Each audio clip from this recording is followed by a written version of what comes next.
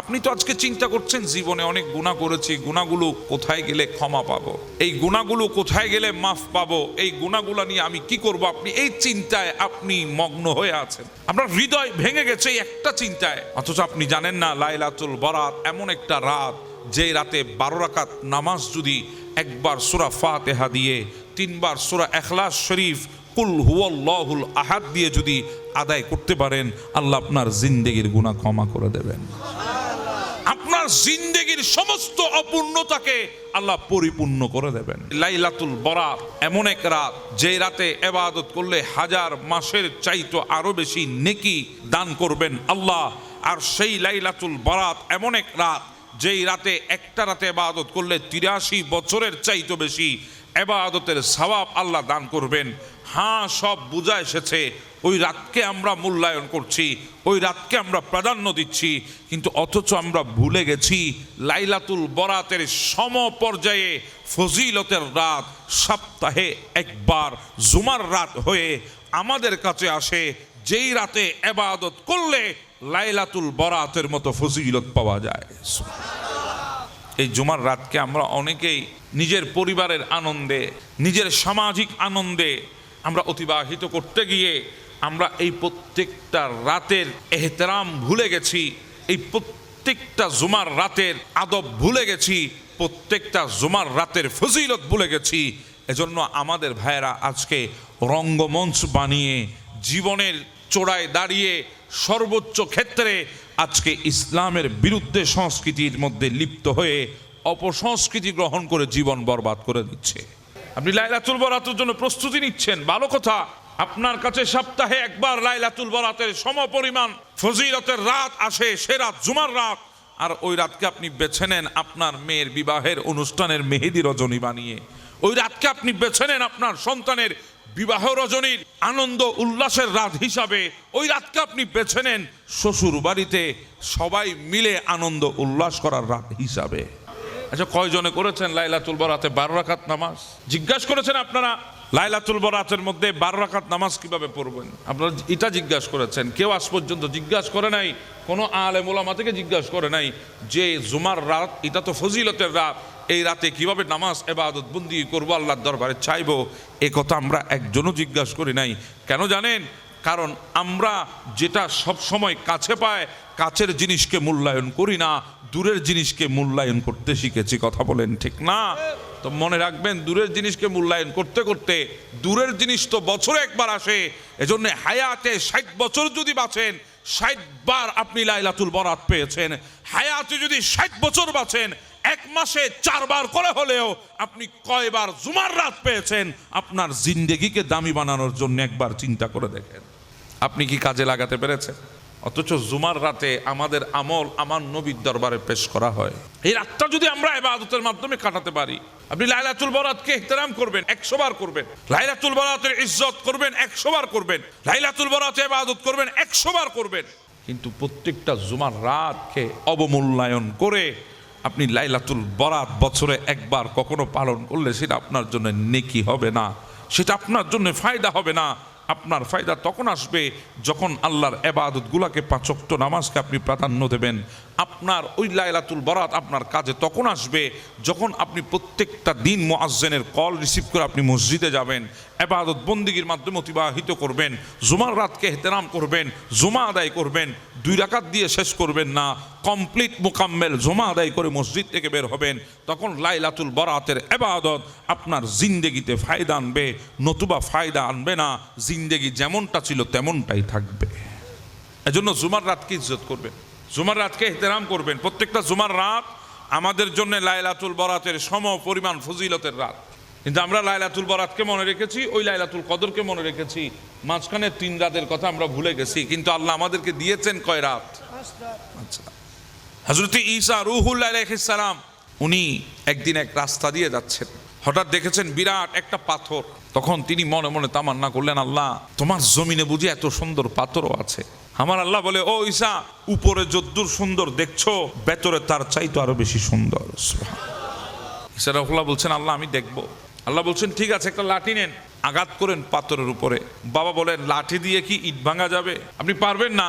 সেখানে আল্লাহ বলছেন, ঈসা আপনি একটা হাতে লাঠি নেন, প্রশ্ন হলো আল্লাহ ওই পাথরটা ভাঙতে হলে একটা হাতুড়ির কথা বললে মনরে বুঝাইতাম, তুমি লাঠির কথা কেন বলেছো? বলো হুকুম তো আমার ছিল, হাত তো আমার পয়গম্বরের ছিল। সুবহানাল্লাহ। আঘাত করেছে, পাথর 2 ভাগ। ঈসা রুহুল্লাহ অবাক, কারণ ওই পাথরের ভেতর একজন সাদা ধবধবে দাড়িওয়ালা, একজন সাদা জুব্বা পরিহিত মানুষ সেখানে বসে বসে আল্লাহর ইবাদতে রত রয়েছেন। সুবহানাল্লাহ। ঈসা রুহুল্লাহ অবাক, বাবা আপনি এখানে?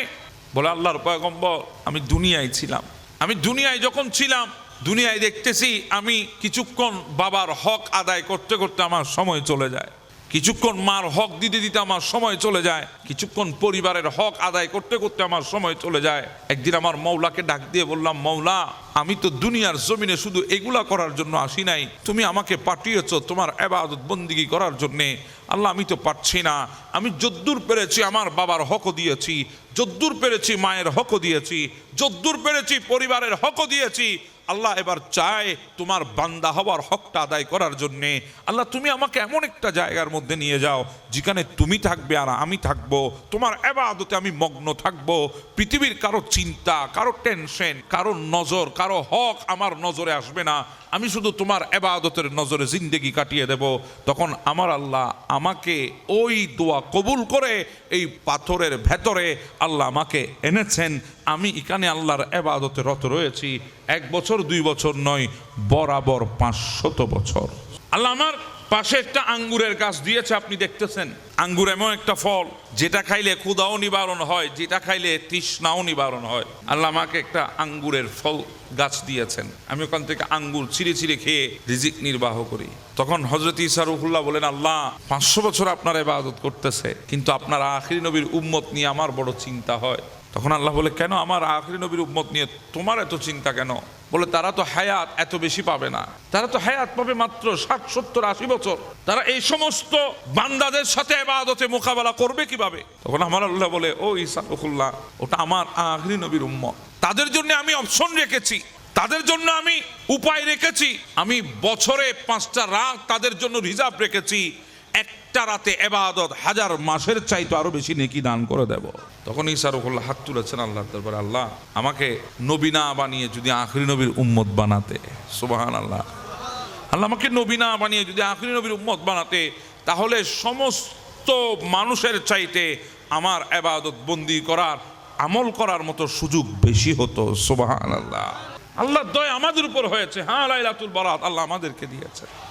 আজকের রাত অত্যন্ত গুরুত্বপূর্ণ রাত। আল্লাহ আমাদেরকে হায়াতকে দামি বানানোর জন্য কিছু অপশন দিয়েছেন। তন্মধ্যে একটি অপশন হচ্ছে আল্লাহ আমাদেরকে বড় বড় 5টি রাত দান করেছেন। আল্লাহ আমাদেরকে বড় বড় 5টি রাত দিয়েছেন। আজ যে রাতে আমরা আজকে মাহফিলে বসেছি, ওই 5 রাতের এক রাত হচ্ছে আজকের এই জুমার রাত। আমাদের সবার নজর আছে আগামী সপ্তাহে 4 তারিখ ফেব্রুয়ারির দিনগত রাত, নিসফে শাবানের রাত। এখন থেকে আমাদের অনেক প্রিপারেশন, অনেক প্রস্তুতি। আগামী বুধবারের রাত আমরা লাইলাতুল বরাত উদযাপন করব। আমরা মনে করছি লাইলাতুল বরাত আমাদের জিন্দেগির জন্য এমন একটি রাত, যেই একটা রাতে ইবাদত করলে 84 বছরের ইবাদতের সমান। সেজন্য আমাদের প্রিপারেশন আছে, আমাদের প্রস্তুতি আছে।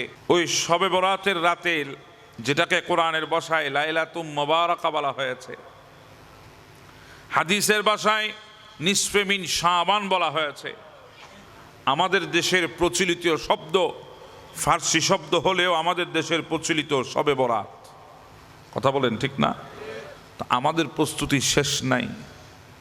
ভালো, কারণ জিন্দেগিতে 1 বছরে একবার পাচ্ছি। হয়তো আগামী বছর এই বরাত যারা উদযাপন করবে, আগামী বছর বরাতে তারা আর দুনিয়ার জমিনের উপরে থাকবে না, এমনও তো হতে পারে। এটা তো অসম্ভব না। এর চাইতে স্পষ্ট সম্ভাবনা পৃথিবীর জমিন আর কিছুই নাই। আপনি বসেছেন, ওঠার মতো কোনো গ্যারান্টি নাই। কথা বলেন ঠিক না?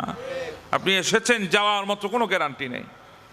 তো এই বছর যদি আল্লাহ তৌফিক দেন, আমরা যদি লাইলাতুল বরাত যারা উদযাপন করবেন, হয়তো এমনও হতে পারে আগামী বছর লাইলাতুল বরাত আমাদের জন্য আর আসবে না, আমরা মাটির উপরে না মাটির ভেতরে চলে যেতে হবে।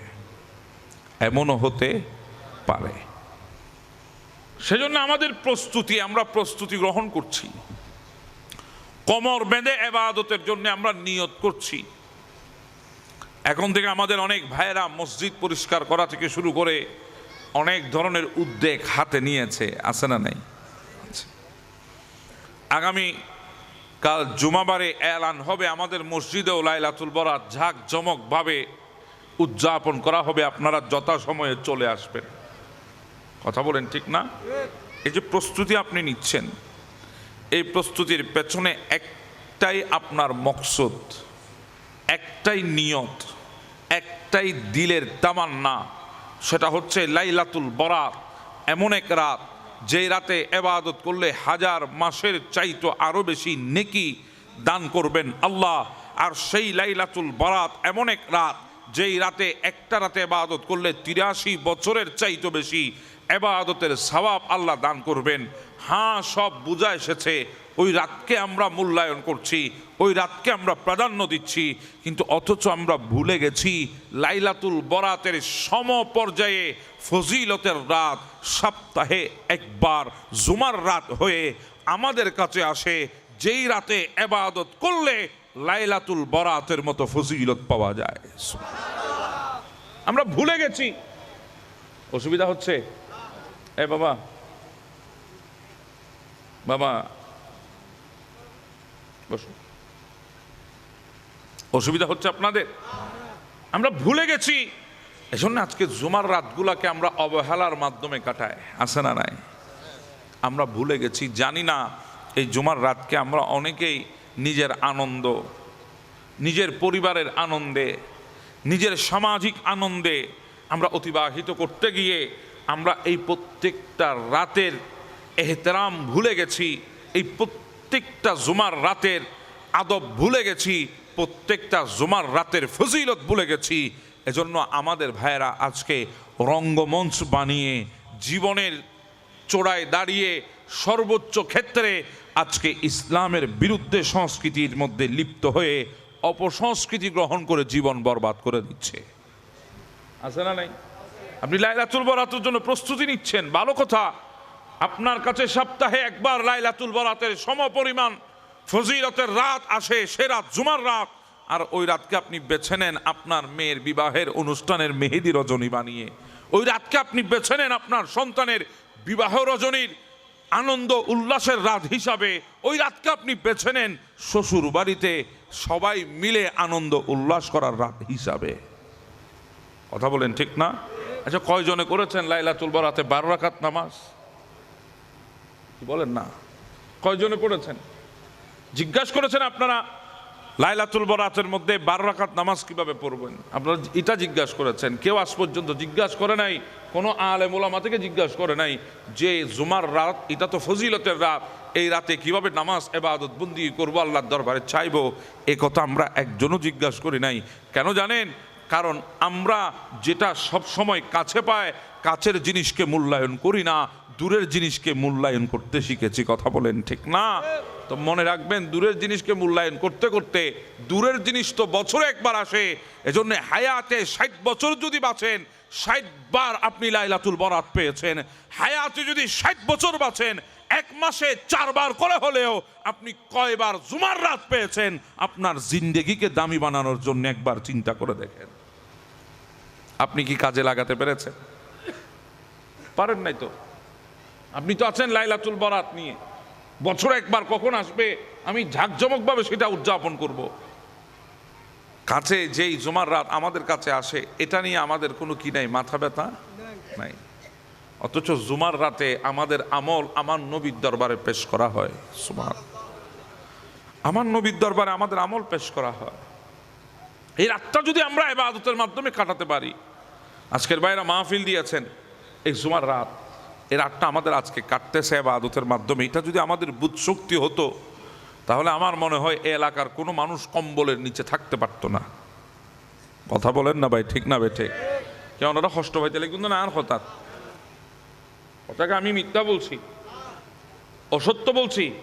আপনি লাইলাতুল বরাতকে ইহতেরাম করবেন, 100 বার করবেন। লাইলাতুল বরাতের ইজ্জত করবেন, 100 বার করবেন। লাইলাতুল বরাতে ইবাদত করবেন, 100 বার করবেন, কিন্তু প্রত্যেকটা জুমার রাতকে অবমূল্যায়ন করে আপনি লাইলাতুল বরাত বছরে একবার কখনো পালন করলে সেটা আপনার জন্য নেকি হবে না, সেটা আপনার জন্য ফায়দা হবে না। আপনার ফায়দা তখন আসবে যখন আল্লাহর ইবাদতগুলোকে 5 ওয়াক্ত নামাজকে আপনি প্রাধান্য দেবেন। আপনার ওই লাইলাতুল বরাত আপনার কাজে তখন আসবে যখন আপনি প্রত্যেকটা দিন মুয়াজ্জিনের কল রিসিভ করে আপনি মসজিদে যাবেন, ইবাদত বন্দিগির মাধ্যমে অতিবাহিত করবেন, জুমার রাতকে ইহতেরাম করবেন, জুমা আদায় করবেন, 2 রাকাত দিয়ে শেষ করবেন না, কমপ্লিট মুকাম্মেল জুমা আদায় করে মসজিদ থেকে বের হবেন। তখন লাইলাতুল বরাতের ইবাদত আপনার জিন্দেগিতে ফায়দা আনবে, নতুবা ফায়দা আনবে না। জিন্দেগি যেমনটা ছিল তেমনটাই থাকবে। কথা হয়তো আমি আপনাদেরকে বোঝাতে পারি নাই। এজন্য জুমার রাতকে ইজ্জত করবেন, জুমার রাতকে ইহতেরাম করবেন। প্রত্যেকটা জুমার রাত আমাদের জন্য লাইলাতুল বরাতের সম পরিমাণ ফজিলতের রাত, কিন্তু আমরা লাইলাতুল বরাতকে মনে রেখেছি, ওই লাইলাতুল কদরকে মনে রেখেছি, মাঝখানে 3 রাতের কথা আমরা ভুলে গেছি। কিন্তু আল্লাহ আমাদেরকে দিয়েছেন কয় রাত? আচ্ছা, আমি একটা কথা বলে সামনের দিকে আগাই, আমার সাবজেক্ট আছে আমার সামনে। হযরত ঈসা রূহুল্লাহ আলাইহিস সালাম কত বড় পয়গম্বর আপনি চিন্তা করেন। বাবা ছাড়া আল্লাহ যাকে দুনিয়ায় পাঠিয়েছেন, সুবহানাল্লাহ, বাবা ছাড়া আল্লাহ যাকে কোথায় পাঠিয়েছেন? দুনিয়ায়। একটু জোরে বলবেন না সুবহানাল্লাহ? এরকম কেউ কি আপনাদের আশেপাশে আসছে? হ্যাঁ, বাবা ছাড়া এসেছে, কিন্তু ওটা ছিল হালাল না হারাম। ওটা কি ছিল? হারাম। কিন্তু ঈসা রূহুল্লাহ হারাম নয়, আল্লাহ ওনাকে কুদরতের শক্তিতে বাবা ছাড়া দুনিয়ায় পাঠিয়েছেন। হযরত ঈসা রূহুল্লাহ আলাইহিস সালাম উনি একদিন এক রাস্তা দিয়ে যাচ্ছেন, হঠাৎ দেখেছেন বিরাট একটা পাথর। তখন তিনি মনে মনে তামান্না করলেন, আল্লাহ তোমার জমিনে বুঝি এত সুন্দর পাথরও আছে? আমার আল্লাহ বলে, ও ঈসা, উপরে যদ্দূর সুন্দর দেখছো, ভেতরে তার চাইতো আরো বেশি সুন্দর। ভেতরে আরো বেশি সুন্দর। ঈসা রাহুল্লাহ বলছেন, আল্লাহ আমি দেখবো, আল্লাহ আমি দেখবো। আল্লাহ বলছেন, ঠিক আছে, একটা লাঠি নেন, হাতের মধ্যে একটা লাঠি নেন, আঘাত করেন পাথরের উপরে। বাবা বলেন, লাঠি দিয়ে কি ইট ভাঙা যাবে? লাঠি দিয়ে ইট ভাঙা যাবে? 1 নম্বর ইটি বানো, লাঠি দিয়ে মারতে পারিবেন না। আয় 14 নম্বর 15 নম্বর হই দিন, 1 নম্বর হই দি 14 নম্বর 15 নম্বর হাতে ধরলেও মায় যাবো।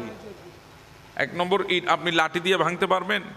সেখানে বড় যে পাথরগুলো আছে, পাহাড়ের পাথর, সিলেটের পাহাড়ের পাথর, যেগুলোকে আমরা ওই কংক্রিট বানিয়ে রাস্তার ঢালাইয়ের কাজে আমরা ব্যবহার করি, ওই পাথরগুলা যে বড় বড় পাথর, এগুলা লাঠি দিয়ে ভাঙা তো দূরের কথা, আপনি হাতুড়ি দিয়েও ভাঙতে পারবেন না।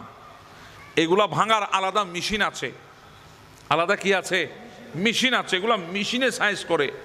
আপনি হাতুড়ি দিয়ে যদি বাড়ি মারতে যান, সেটা রিপিট আপনার মুখে এসে পড়বে, আপনি পারবেন না। সেখানে আল্লাহ বলছেন, ঈসা আপনি একটা হাতে লাঠি নেন। প্রশ্ন হলো, আল্লাহ পাথর, ওই পাথরটা ভাঙতে হলে একটা হাতুড়ির কথা বললে মনরে বুঝাইতাম, তুমি লাঠির কথা কেন বলেছো? বলে, হুকুম তো আমার ছিল, হাত তো আমার পয়গম্বরের ছিল। সুবহানাল্লাহ। যেখানে দুনিয়ার তাকত নাই, সেখানে আমার পয়গম্বরের হাতের জোর আছে না নাই? আঘাত করেছে পাথর 2 ভাগ। ঈসা রূহুল্লাহ অবাক, কারণ ওই পাথরের ভেতর একজন সাদা ধবধবে দাড়িওয়ালা, একজন সাদা জুব্বা পরিহিত মানুষ সেখানে বসে বসে আল্লাহর ইবাদতে রত রয়েছেন। সুবহানাল্লাহ। ঈসা রূহুল্লাহ অবাক, বাবা আপনি এখানে? বলে, আল্লাহর পয়গম্বর, আমি দুনিয়ায় ছিলাম। আমি দুনিয়ায় যখন ছিলাম, দুনিয়ায় দেখতেছি আমি কিছুক্ষণ বাবার হক আদায় করতে করতে আমার সময় চলে যায়, কিছুক্ষণ মার হক দিতে দিতে আমার সময় চলে যায়, কিছুক্ষণ পরিবারের হক আদায় করতে করতে আমার সময় চলে যায়। একদিন আমার মৌলাকে ডাক দিয়ে বললাম, মৌলা আমি তো দুনিয়ার জমিনে শুধু এগুলা করার জন্য আসি নাই, তুমি আমাকে পাঠিয়েছো তোমার ইবাদত বন্দিগি করার জন্যে। আল্লাহ আমি তো পারছি না, আমি যদ্দূর পেরেছি আমার বাবার হকও দিয়েছি, যদ্দূর পেরেছি মায়ের হকও দিয়েছি, যদ্দূর পেরেছি পরিবারের হকও দিয়েছি। আল্লাহ এবার চায় তোমার বান্দা হওয়ার হকটা আদায় করার জন্যে। আল্লাহ তুমি আমাকে এমন একটা জায়গার মধ্যে নিয়ে যাও যেখানে তুমি থাকবে আর আমি থাকবো, তোমার ইবাদতে আমি মগ্ন থাকবো। পৃথিবীর কারো চিন্তা, কারো টেনশন, কারো আমার কাছে কোনো ধরনের কারো নজর, কারো হক আমার নজরে আসবে না, আমি শুধু তোমার ইবাদতের নজরে জিন্দেগি কাটিয়ে দেব। তখন আমার আল্লাহ আমাকে ওই দোয়া কবুল করে এই পাথরের ভেতরে আল্লাহ আমাকে এনেছেন। আমি এখানে আল্লাহর ইবাদতে রত রয়েছি 1 বছর 2 বছর নয়, বরাবর 500 বছর। কয় বছর? 500 বছর। আল্লাহ আমার পাশে একটা আঙ্গুরের গাছ দিয়েছে, আপনি দেখতেছেন। আঙ্গুর এমন একটা ফল যেটা খাইলে ক্ষুধাও নিবারণ হয়, যেটা খাইলে তৃষ্ণাও নিবারণ হয়।